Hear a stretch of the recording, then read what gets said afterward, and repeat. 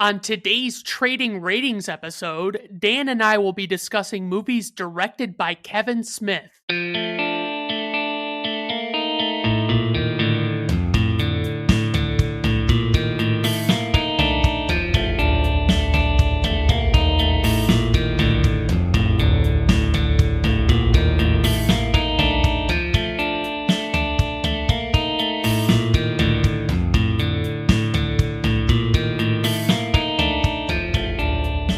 All right, everyone. Welcome to Brandon at Random Reviews. I am your host, Brandon Griffes. Thank you for stopping by. I do appreciate it.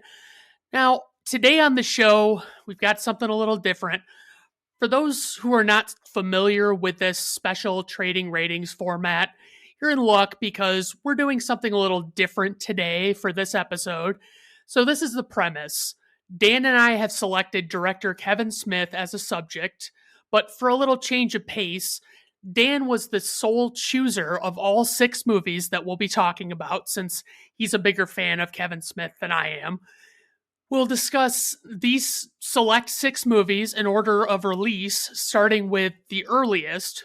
For each movie, Dan and I will discuss and share how we rate each of these movies on a scale going from E being the worst all the way through DCBA and S. And to clarify, S is the best rating we can give. It's an elite level rating. It's the best of the best. So now I'll turn it over to Dan and he'll talk a little bit about Kevin Smith's background. All right. So yeah, like Brandon said, this time we're going to be looking at Kevin Smith's movies, and we're going to kind of be going through his chronology, his filmography, if you will. Talking about the movies he's made. So Kevin Smith broke onto the scene with the independently produced Clerks in 1994. After attending a half year of film school in Vancouver, he dropped out, returned to his hometown in New Jersey, and proceeded to make a movie basically about him and his friends filmed at a convenience store where he worked, the actual store where he worked. It was the epitome of indie. It was very personal, and it was extremely unique at the time. In a time before nerd culture was mainstream, he was writing jokes and extended dialogue about Star Wars and comic books. Love him or hate him, he has consistently been ahead of his time while drawing heavily from his influences, be it Star Wars references or filmmakers like Richard Linklater and John Hughes. And despite often disappointing returns to the box office, all of his movies have eventually found an audience and made money on the aftermarket, which has enabled him to continue making movies. So my own personal history with becoming a Kevin Smith fan, I saw Clerks and Mallrats in high school and loved them. It was during college that I really got into Kevin Smith's work, as at the beginning of my freshman year of college, I got a giant Clerks poster for my dorm room, and I somehow acquired a Mallrats VHS tape for like dirt cheap. I don't remember where I got it, but it basically ended up on loop in the background in my dorm room like all year long. We were just constantly, if it was like having the radio on in the background. We just had Mallrats on. It's around this time where I became enamored with the fact that his movies, though unrelated in terms of plot, all existed within the same universe, referred to as the View Askew universe, named after his production company, View Askew. They're very self-referential, with minor or even completely unseen characters and events being referenced in different movies. So, for example, a character named Julie Dwyer dying while swimming in the local YMCA pool is mentioned in all 3 of his first movies. You never see her, you never see the event, but it keeps coming up as a referenced plot point that other things sometimes revolve around. You would even see the same actors, many of them his friends and family, in his movies, sometimes playing the same character each time, sometimes not. For example, his friends Brian Johnson and Walt Flanagan appear in more than one movie as Steve, Dave, and Fanboy. They keep popping up with kind of the same line. Tell them Steve, Dave is what one of them yells at the other one. And it's sort of similar to like a John Hughes type situation where, he would reuse cast members and they would all take place in this fictional Chicago suburb called Shermer in Illinois. And it's a parallel that he eventually explicitly calls out in Jay and Silent Bob Strike Back, if you've seen that, where Jay and Silent Bob just explained that they ended up in Illinois because they wanted to because they saw John Hughes movies and they wanted to be the only weed dealers in Shermer. And they thought they'd get all the chicks because, as Jay says, all the dudes in Shermer are whiny pussies except Judd Nelson. He was harsh. So they end up in Shermer because of John Hughes. So I've started falling down the View Askew rabbit hole, something I'm prone to do when I get into something, as we've discussed before on this podcast. And I found that Kevin Smith had this whole online community. And again, this is in an era before social media. He had this really active message board and a whole online world where fans could talk to him, talk to each other, interact. He had tons of merch available at his website. It was you could get it autographed, and he like autographed posters and mail them to you. They even had branded action figures, or as he called them, inaction figures, because at the time it was a joke referencing collectible action figures that were all the rage right then, but were literally just stationary statues. There was nothing action about them, so he called them inaction figures. So for this episode of Trading Ratings, as mentioned, we're going to go through a selection of Kevin Smith movies. Since my list is unsurprisingly going to be very top heavy, I'm a big fan, always have been. We're not going to go from worst to best as we normally do. We're going to go in chronological order, starting with his first movie and going through his career. We're not going to cover all of them because, as long-winded as Brandon and I are, that would require an entire series unto itself. As Brandon mentioned earlier, we just chose 6, or I chose 6. I did front load it a little bit. I can't imagine talking about Kevin Smith and his career without covering the first 4 movies that he made. So we are going to talk about all 4 of the first 4, and then we're going to skip a bit. We'll gloss over the stuff we don't cover. I intend to gloss over the sequels. I don't intend to cover Jay and Silent Bob Strike Back in depth because that was already covered in a previous episode. You can find that Brandon at Random episode wherever you find podcasts. And we're not going to cover Red State in depth because, quite honestly, it's not streaming anywhere. And so it's a tough one to see. So before we start, let me just apologize now in advance for getting potentially very deep in the weeds. I've watched all the DVD special features over the last 20 plus years. I've listened to all the DVD commentary tracks multiple times. I've read most of his books, so I can really nerd out heavily while talking about these movies, and I'm prone to do so. So feel free, Brandon, to jump in and stop me if I really go down too deep and, start talking about, his dog's name and stuff. I will do my best. All right. So with that, we'll move on to the first one.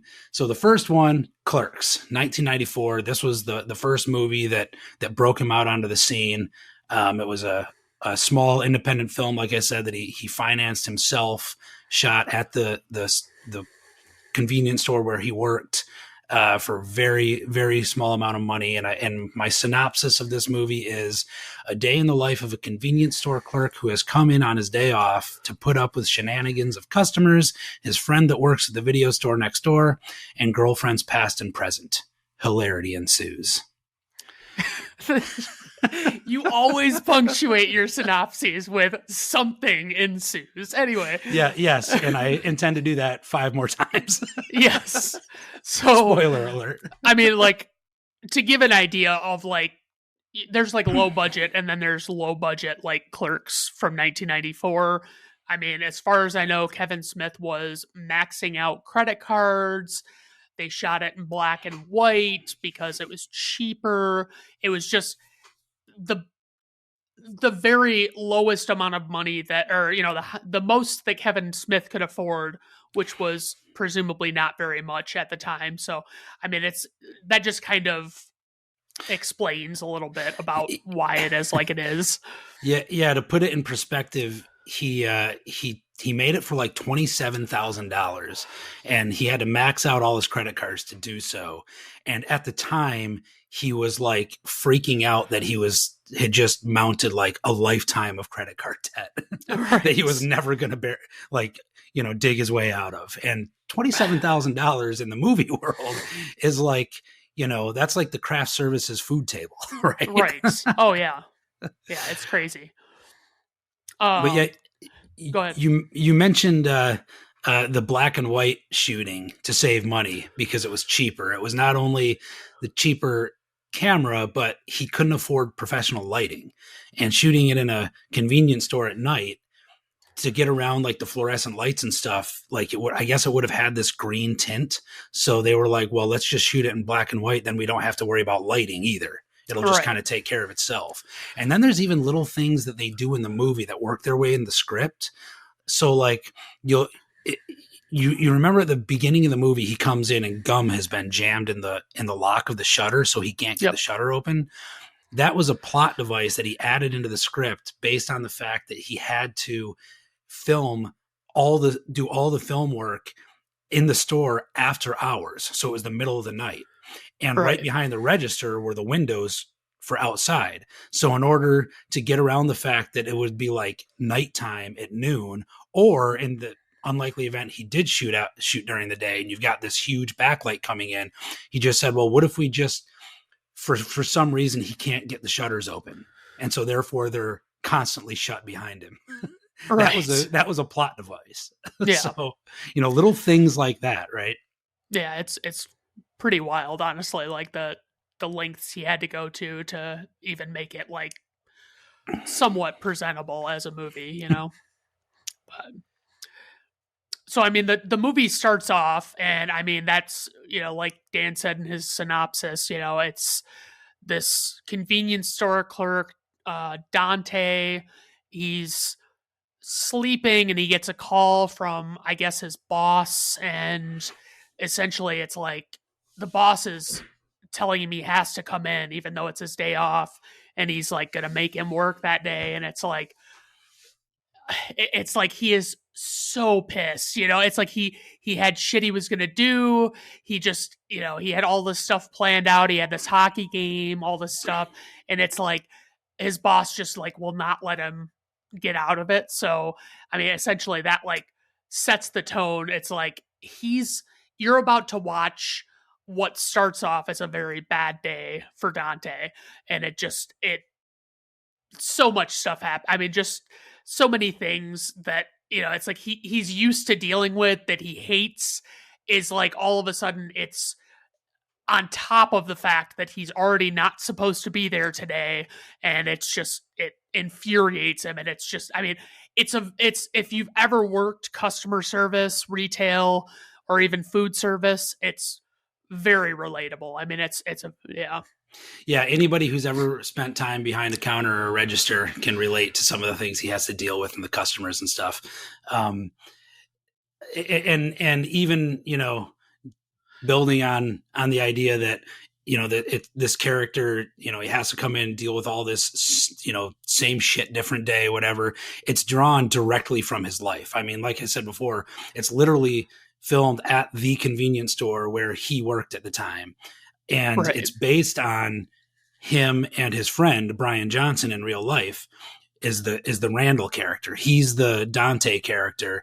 Brian Johnson, or the Randall character, is based on Brian Johnson. And a lot of the dialogue was lifted like directly from actual conversations that they had and like funny things that they had observed and things like that. So like when I say it was a personal movie, not in that like it was deep down, like from his heart and soul, but in the sense that like this was literally him putting on-screen versions of himself and his friends on camera. Right. And even his friends come through playing the small parts. His friend Walt Flanagan shows up as 4 different characters throughout the movie. The producer Scott Mosier shows up as 2 different characters during the movie. The director of photography shows up at one point as one of the obnoxious customers. His mother is the lady sitting on the floor looking for the perfect gallon of milk, is actually Kevin Smith's mother. like there's all these people just from around town that come and go that were like actual friends and family and stuff. So like, and that ends up being kind of a recurring theme that you'll see in his later movies as well, in particular the next 2 that we're going to talk about. But he just kept drawing directly from his life and being like, well, this would be a funny story to tell. And I think that's at the time one of the things that was unique, though not the first time it ever been done, certainly. But it's less of a plot arc as just like these people hanging out having funny conversations all day. Right. And that kind of draws on, I mentioned Richard Linklater earlier, like the guy who made Dazed and Confused. Similarly, it's just a bunch of funny characters hanging out during a day in their lives of, something maybe mildly spectacular is happening, in the sense that it's just enough to like serve as a plot device to keep things moving forward, but not in the sense that like, aliens are invading the earth or anything. It's just like, there's not like a collective, like overarching thing going on. Right. Yeah. So, and it's for all the amateurish kind of, there's some less than stellar acting at times, right? Because again, none of them were professional actors.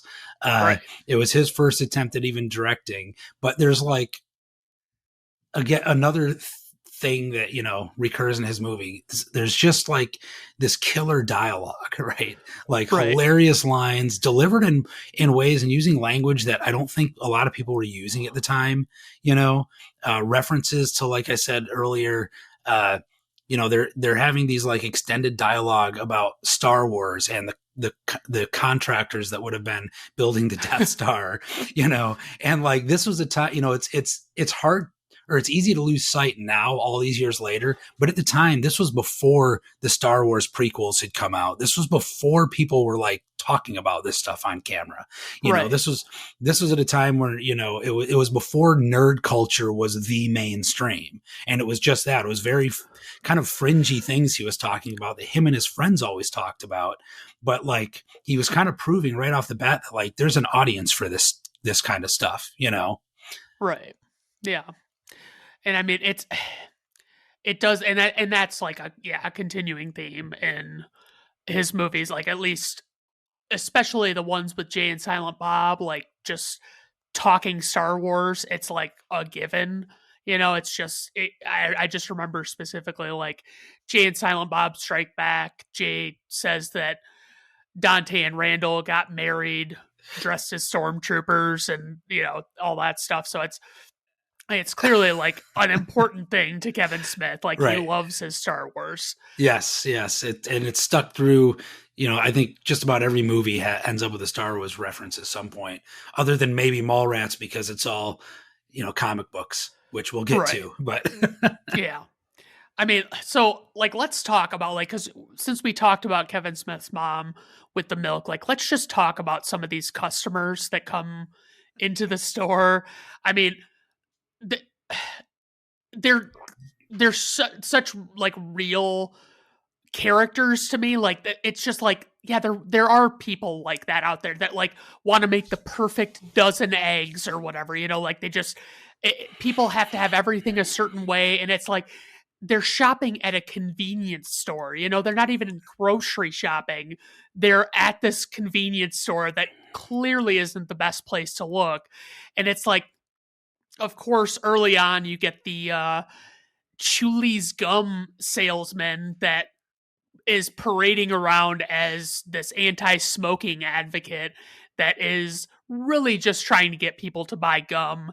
And everybody's just, he's got this, what is it, like a smoker's like a lung, burnt lung. Yeah. Yeah. And it's like, okay, I mean, that's wow. Yeah. And so, I mean, like this guy's just and he's turning all of these customers against Dante. And it's like, they come in to buy cigarettes and then they turn around and buy Chuli's gum. And it's like, oh my God, I would be so aggravated if I were Dante. Like, I'd just be like, dude, get the fuck out of here. Like, I don't need you in here at all. Like, this is ridiculous.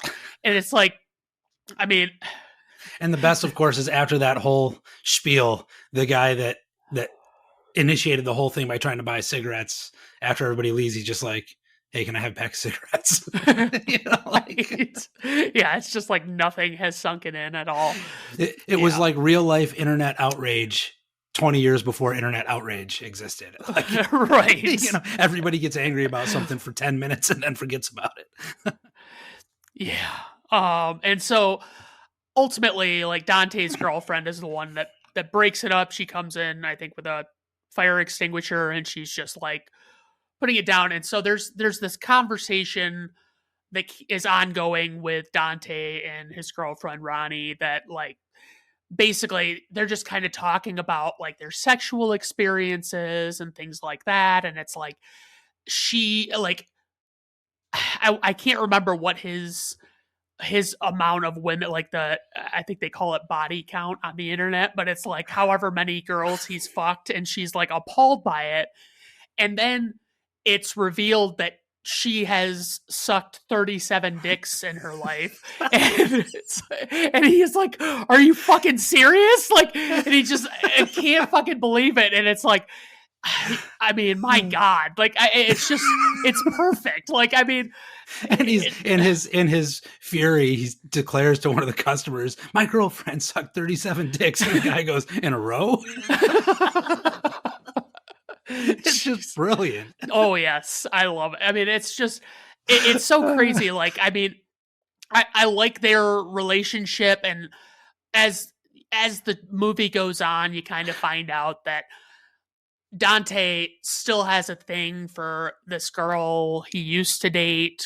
I think in high school maybe, and like he finds out that she's going to get married, and he's all distraught about that. And it's like, you know, he's kind of hung up on that idea of like he's never gonna go get back with her. And it's just, I mean, it's like everybody basically is telling him like how dumb it is to want to be with this previous girlfriend and not just be with who he's with. And it's like, yeah, I mean, you kind of gotta, you gotta evaluate it. It's and again, this is like kind of something that I think is really what made him a pretty good filmmaker, or a good writer at least, is like underneath, you know, the 37 dicks jokes and stuff and the Star Wars references and whatever, there's like throughout that movie, and it's something that you see in his later movies as well, like the Dante character is kind of trapped in his own expectations, or like his fear of, you know,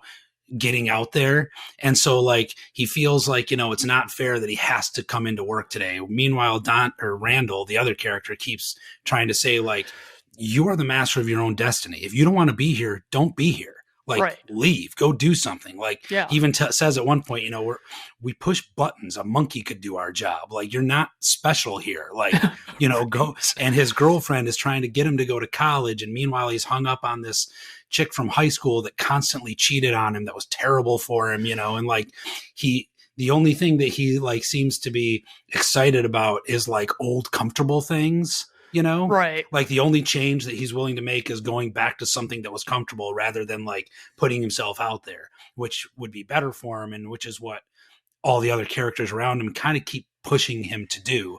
Right. And even, you know, eventually you get to the point where the goofy stoners, Jay and Silent Bob, like drop some major wisdom on him that like, you know, what are you doing? You know, that kind of opens his eyes to like, why am I chasing this girl who's terrible for me when this other girl just brought me lasagna at work because she you know, wanted to be nice? Like, that's the one you should be, you know, excited about.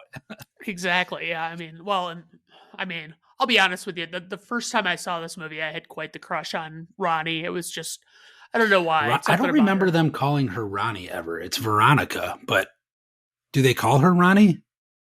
They call her Ronnie at some point, must be, because I put it but Veronica, I'll switch over to Veronica from now on. So I had to look, I was like, Ronnie, was that her name?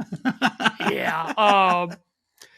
Yeah, that's my bad. If it's not actually in the movie and I just assumed, it might be. I've only seen it like 7,000 times, so I need to see it a few more and then I'll catch it. Fair enough. But yeah, I mean, I love, and we should probably mention that with Dan mentioning Jay and Silent Bob, you've got Jason Mewes and Kevin Smith, you know, playing Jay and Silent Bob respectively. And essentially, like, I'm sure, Dan, you've probably seen, like, I don't know what it is, if it's like Kevin Smith, he's doing like an open forum at a college or something, and he's telling all of these stories, and he's he did explaining. a series of those called An Evening with Kevin Smith. Okay. There's like 3 of them, I think, that he did, like that he actually released on DVD. But he spent several years doing like touring colleges and doing spoken Q&As that kind of turned into like stand-up acts almost, because he would, no matter what they asked, he would like bring it to a story that he told 7,000 times. Right. You know? Yeah. And it's like, so he explains in one of those, he explains that somebody asks him, "Hey, Kevin Smith, why aren't you the star of Clerks? Like, why didn't you put yourself in those shoes?" And he replied simply, "I think it's obvious. I can't act." Like, he was like, at least not at the time. Like, I think he's gotten Right. better, but like when he was doing this, apparently he just couldn't act to save his life. And so he has had this, Silent Bob character that could Mhm. be on screen and didn't have to have a lot of dialogue or anything like Or that. any, for that matter. Right. Yeah. I mean, he'll have like at the end of most movies that Jay and Silent Bob are in, I don't know if there is one that he doesn't say something at the end. Like he will have a little Right. something to say, but it's like for the most part he does not break his Yeah. silence Yeah. at all. Well, so going into the weeds alert, he actually, like I said, the Dante character was based on him. The Randall character was based on his friend Brian, who he like kind of envied. Like he wanted to be Brian Johnson. Like his nonchalance, his I don't give a shit about anything kind of attitude, and that's why. And he actually wrote Randall for himself to play. That's why Randall has all the best lines and is all the the funniest character in the movie. He wrote that for himself to play. Quickly realized that he's not a good actor and this was a terrible idea. So then he got Jeff Anderson to play Randall, and he went to play Silent Bob, who had no lines. And even that like final line where he drops that wisdom, that was originally written for Jason Mewes. Jay was supposed to say that, but as they were shooting, he flubbed it like 50 times in a row. He just couldn't get through it. So finally Kevin Smith was like, well, let me try it. And like he nailed it. And so they were like, well, I actually kind of like it that way. Like, Silent Bob broke his silence just to drop some wisdom and walk away, and then that became kind of a recurring theme. But originally he wasn't supposed to have any lines. Right. And Jason Mewes, am I wrong in saying he seems super awkward in this movie? Like he seems uncomfortable on screen more so than in his later movies. Like he definitely seems just like he doesn't have that confidence like he normally does. Yeah, you're definitely not wrong in saying that. That's another one where like apparently, I mean, Jason Mewes is basically playing himself. The Jay character was 100% based on Jason Mewes in real life. The things he says, the way he acts, that's like, it's not even an exaggerated version of Jason Mewes. It's Jason Mewes. He was like when they were in high school, I think it was, at some point he was like, I want to make a movie just to put my friend Jason on screen because he's insanely ridiculous. Like he's absurd. And so he wrote that part for him. He even has his actual name, Jay, in it, right? Jay Mewes. And, and apparently there were scenes where he had to like clear the set because Jason Mewes was so like camera shy, which was kind of weird because this was a guy who was like known to just like whip his dick out and run around being a goofball. And suddenly they were like, all right, for this scene, we need you to dance. And he was like, I can't dance in front of everybody. So like that scene where they're dancing to the boombox, they had to like clear the set because Jay Mewes was so shy. I read that, I think. That's pretty great. Yeah. So we talked about, the low budget he made it on. It ended up getting picked up by like Sundance Film Festival, I think, and all these like indie film festivals and stuff. It ended up eventually being sold to Miramax for like a few $100,000. And essentially, that's what, triggered his entire career. I mean, right. It was kind of the launching pad for everything else. And he remained a sort of indie darling for really, to this day. His best movies are the ones that he's made himself and on low budgets to an extent. So I don't have a whole lot else to say about it other than the rating. Do you have much more to say? No, I don't think so. I mean, there's other moments in the movie, obviously, but like, we could recount our favorite moments, like, till the cows come home. Right. But so I gave the movie an A, despite some of the bad acting and the obviously the amateurish production quality, the cultural impact. It inspired like a generation of indie filmmakers, even though he himself was also likewise inspired by indie filmmakers. It kind of catalyzed something, I think, that was going on in Hollywood at the time, or was just starting at the time. And I think it's an excellent movie. I can watch it like any day of the week. I can throw it on. I give it an A. I would agree with that. I give it an A as well. It's I particularly enjoy, aside from the comedy and how grounded it all is, it's like I love what I would consider like a timeless message of like recognizing what you have and appreciating it, and not always thinking about something else that you want or something like that. And essentially, like you were talking about, what Randall tells him about him being like him choosing his own destiny and like deciding these things for himself, he needs to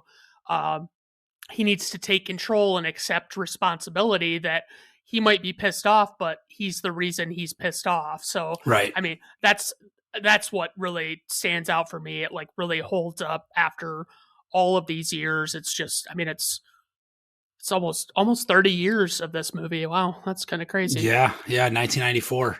Yeah. 29 years. Yeah, that means there's probably a new DVD version coming out next year. Oh yeah. Or now that we're going back into like retro mediums, who knows, we might see a new Laserdisc version.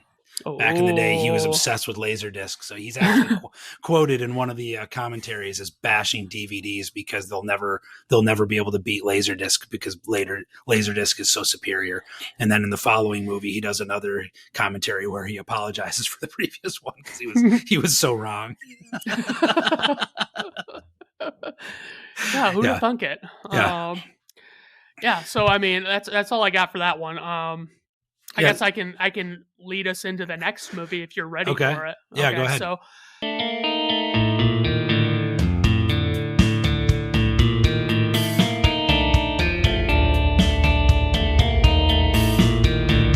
Brandon at Random Reviews artwork, theme music, and podcast are written, performed, recorded, engineered, directed, and produced by Brandon Griffes in association with Brandon at Random Reviews Entertainment.